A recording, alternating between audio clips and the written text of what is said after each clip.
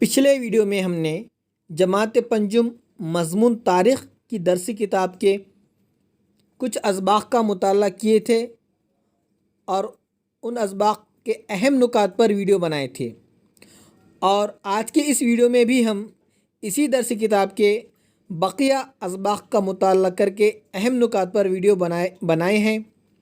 جن کینڈیڈیٹس نے پچھلا ویڈیو اگر نہ دیکھا ہو تو ان کے لیے ڈسکرپشن باکس میں لنک دی گئی ہے، وہ وہاں سے دیکھ سکتے ہیں۔ یہ ویڈیو پارٹ 2 ہے۔ اور دوسری بات، اگر آپ کو ویڈیو مناسب لگے تو ادر کینڈیڈیٹس اینڈ گروپس میں ضرور شیئر کیجیے اور ہمارے چینل کو سبسکرائب کیجیے تاکہ اگلے ویڈیو کی نوٹیفیکیشن آپ کو آسانی سے مل سکے۔ تو چلیے شروع کرتے ہیں۔ میموت ہاتھی کا جد امجد تھا، یعنی دور حاضر میں جو ہاتھی جنگلی جانور ہے، ان کی جو نسل کا جد امجد تھا وہ میموت تھا۔ ٹھیک ہے، آگے دیکھیے۔ ملک اسرائیل اور عراق میں تقریباً 11,000 سال پہلے کھیتی باڑی کے ثبوت دستیاب ہوئے، یعنی کہ پورے دنیا میں 11,000 سال پہلے اسرائیل اور عراق ہی ایسے ملک تھے جہاں پر سب سے پہلے کھیتی باڑی یعنی زراعت کے ثبوت دستیاب ہوئے۔ تو کہنے کا مقصد یہ ہے کہ پورے دنیا میں اسرائیل اور عراق ان ممالک سے ہی کھیتی باڑی کی شروعات ہوئی ہے۔ سہ زمانی طریقہ اشیاء کی درجہ بندی 3 گروہ میں کی ہے، یعنی کہ اس سہ زمانی طریقے کو کرسچن تھامس نے تیار کیا ہے، اور کرسچن تھامس نے اشیاء کی درجہ بندی 3 گروہ میں کی ہے۔ تو سب سے پہلے پتھر کا زمانہ، دوسرا ہے تانبے کا زمانہ، اور تیسرا لوہے کا زمانہ۔ تو پتھر کا زمانے کا مطلب یہ ہے کہ جس قدیم زمانے میں پتھر کا استعمال ہوا ہے تو اسے پتھر کا زمانہ کہتے ہیں، اور جس زمانے میں تانبا اس دھات کا استعمال ہوا ہے اسے تانبے کا زمانہ، اور اس کے بعد کہ جو زمانے میں لوہے کا استعمال ہوا ہے تو پھر اسے لوہے کا زمانہ کہا گیا ہے۔ تو اس طرح کرسچن تھامس نے اشیاء کی بنیاد پر سہ زمانی طریقہ تیار کیا ہے۔ تانبے کے زمانے میں ہی پہیے کی دریافت ہوئی ہے۔ دیکھیے، انسان کی جو پہلی ایجاد کہتے ہیں، پہلی دریافت کہتے ہیں، تو وہ ہے پہیہ، اور یہ پہیہ تانبے کے زمانے میں ایجاد ہوا ہے۔ تانبے میں سختی پیدا کرنے کے لیے جست کی آمیزش کی جاتی ہے، یعنی کہ تانبا جو دھات ہے وہ نرم ہوتا ہے، زیادہ سخت نہیں ہوتا، جسے ہم آسانی سے پگھلا سکتے ہیں اور موڑ بھی سکتے ہیں۔ تو اس تانبے کی دھات میں سختی پیدا کرنے کے لیے جست اس دھات کی آمیزش کرتے ہیں، یعنی جست اس دھات کو اس میں ملاتے ہیں۔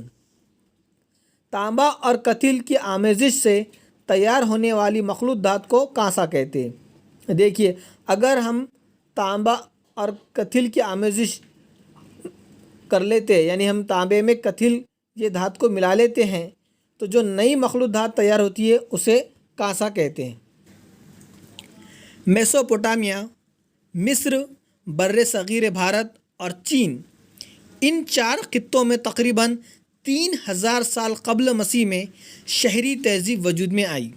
دیکھیے، پورے دنیا میں سب سے پہلے شہری تہذیب ان 4 خطوں میں وجود میں آئی ہے، اور وہ 4 خطے ہیں میسوپوٹامیا، مصر، بر صغیر بھارت اور چین۔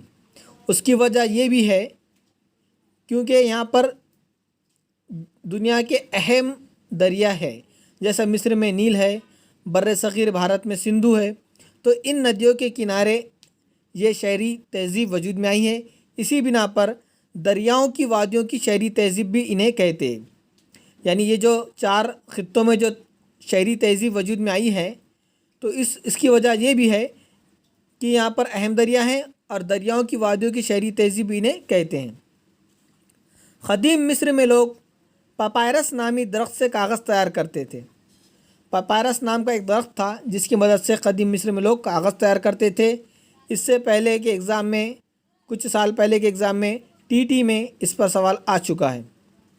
1921-22 میں ہڑپا اور موہنجو داڑو کی کھدائی کا کام شروع ہوا تھا۔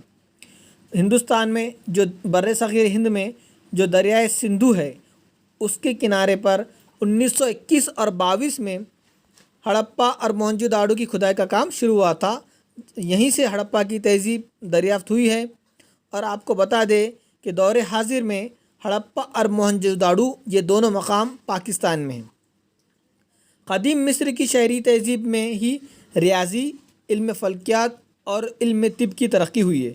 قدیم مصر کی جو شہری تہذیب وجود میں آئی تھی، اسی زمانے میں علم ریاضی، علم فلکیات اور علم طب کی ترقی ہوئی۔ علم ریاضی تو ہمیں پتہ ہے، علم فلکیات یعنی آسمان میں جو چیزیں ہوتی ہے، سیارے ستاروں کا جو علم ہوتا ہے اسے علم فلکیات کہتے ہیں، اور علم طب یعنی کہ میڈیسن سے ریلیٹڈ۔